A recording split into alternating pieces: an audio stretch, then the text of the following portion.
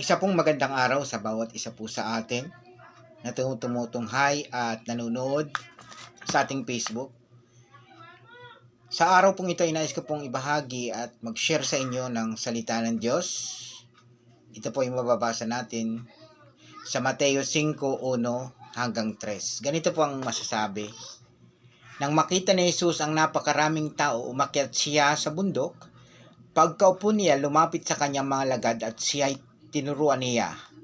Mapalad ang mga taong walang inaasahan kundi ang Diyos sapagkat mapapabiling sila sa kaharian ng langit.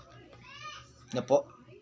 Kung makikita naman po natin na ang ministeryo ng ating Panginoong Jesucristo dito sa lupa ay ang magturo, magpagaling, gumawa ng himala. At isa po sa punto na ito ay ang kausap ng ating Panginoong Jesucristo dito ay ang kanyang mga alagad, na kung saan karakasama niya ang mga alagad na ito sa kanyang pagtuturo. Personal pong nasaksihan ng mga alagad na ito ang ginawa ng ating Panginoong Hesus.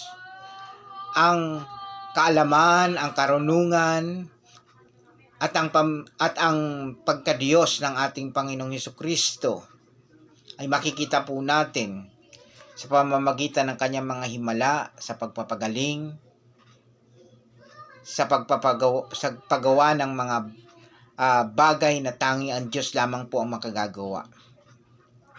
Ano po? Nangaral ang ating Panginoong Hesus. Ano pong wika dito ng ating Panginoong Hesus? Mapalad ang mga taong walang inaasahan kundi ang Diyos. Kapatid, kung sa buhay natin ay wala po tayong ibang inaasahan kundi ang tulong ng Diyos, hindi po tayo umaasa sa tulong ng tao o kung kanino pa man.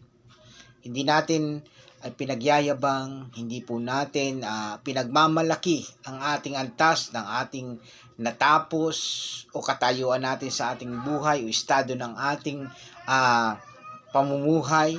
Ano man po ang ating posisyon, o mahirap ka man, mayaman ka man, may pinag-aralan ka man o wala, ikaw man ay dukha, ikaw man ay simpleng tao lamang, pero sa Diyos po, pantay-pantay po ang paningin sa atin ng Panginoong Diyos. Sapagkat hindi po tayo tinitingnan ng Diyos siya kung sino man tayo.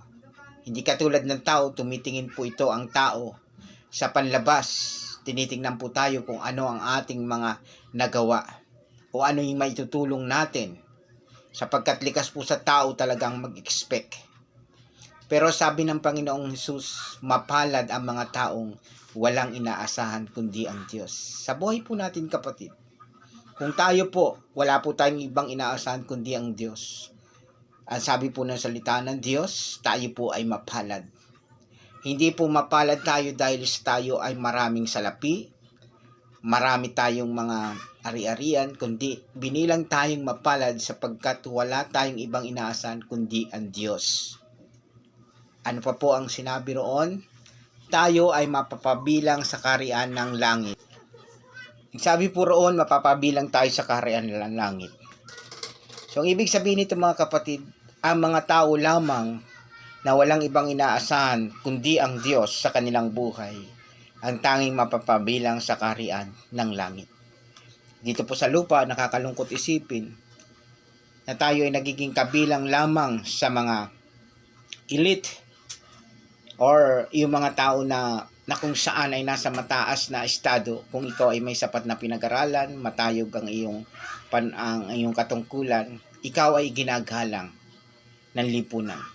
Subalit sabi nga po, ang pananaw ng Diyos ay kakaiba sa pananaw ng tao. Ang paningin ng Diyos ay hindi katulad sa paningin ng tao. Ano po? Pagkat ang Diyos ay tumitingin sa ating puso. Ang tinitingnan ng Diyos, yung ating pananampalataya.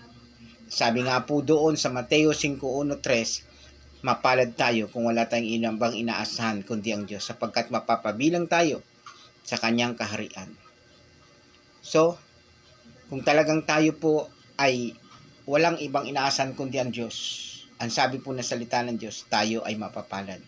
At nais po ng Panginoon ay pagpatuloy po natin ang ating pananampalataya at pananalig sa Kanya, even though maraming struggle, maraming bagay na nagpapahina sa ating paglilingkod. Huwag po tayong sumuko sa ating buhay. Magpatuloy po tayo, mahal tayo ng Diyos, Si Jesucristo ay namatay para sa ating mga kasalanan doon sa krus ng Kalbaryo. Kailangan lamang po nating sumampalataya at manalig sa Kanya upang tayo ay maligtas at mapabilang sa Kanyang kaharian. Salamat po sa inyong panonood at pakikinig. Maraming salamat po. God bless you all.